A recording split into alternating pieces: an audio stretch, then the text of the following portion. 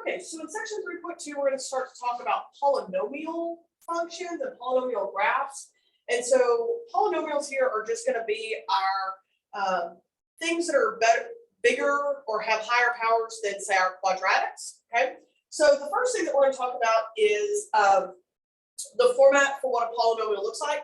Now, we've already seen our ax squared plus bx plus c. And so logic follows that if we wanted to go to a higher one, then we would just kind of shift all of our letters. So we'd have, say if we wanted to go to a cubic, ax cubed plus bx squared plus cx plus d. Okay, so we can take a look at this. Kind of our thought process would be, I would have ax cubed plus bx squared plus cx plus d. So I just gained that extra lettering. Now, and you may be thinking, okay, well, I mean, if I wanted to go higher than that, so let's say I wanted to go up to a x to the fourth type idea, that we could just go to ax4 plus bx cubed plus cx squared plus dx plus e. Now, this is where we encounter our first problem.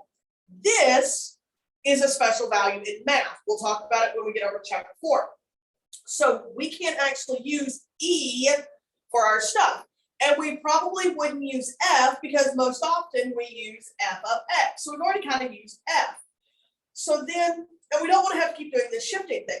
So, because again, we can have very high powered x things. So the question becomes, well, what happens? And there's certain other letters, like we've already talked about I is off limits. I certainly can't use x, and I'm probably not going to use y. And I can't use e, and I can't use f.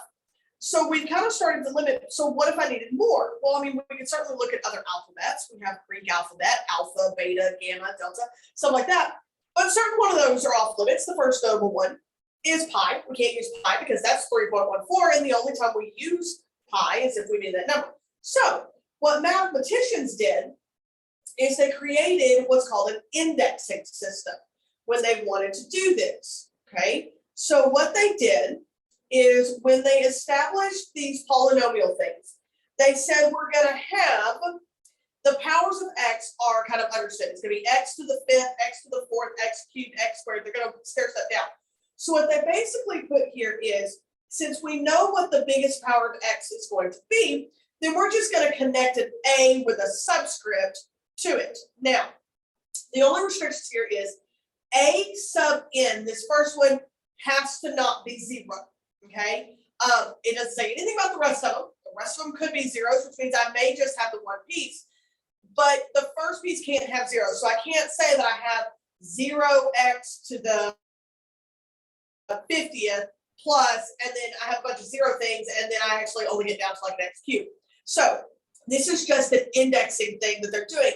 And notice that they start with the biggest power of n, and then they're going down by 1, and then they would go down by another one, and finally you get down to your x squared x, and then your plain number down here. Now, this a sub n up here at the front is called your leading coefficient, and we're going to be using that leading coefficient here in the next little bit to help us out with some graph stuff.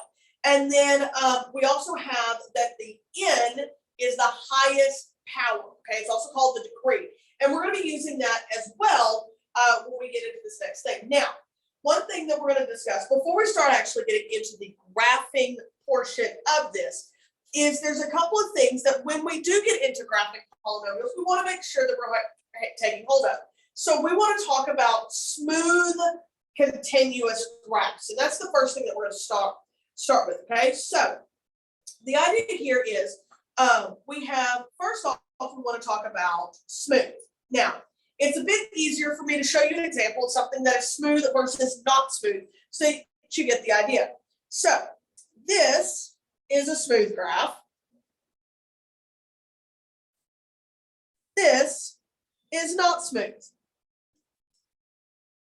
Okay, so kind of the obvious thing here that's going on is for smooth, we want nice, curvy, humpy, bumpy lump things. We don't want sharp corners happening in our graph. So when we play connect the pieces and connect the ideas as we move forward through this, we're going to make sure that we connect them nice and humpy, bumpy, lumpy, smooth, snake-like, curvy type things. Now, the other thing is we want to talk about Continuous. Now, continuous here is not what we mean in an English setting. In an English setting, continuous means to keep going on. That is not what it means here in a math sense. So, continuous for us, okay?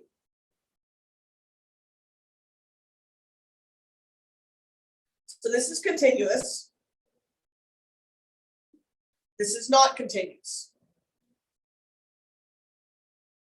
Okay, so for us, the word continuous means connected.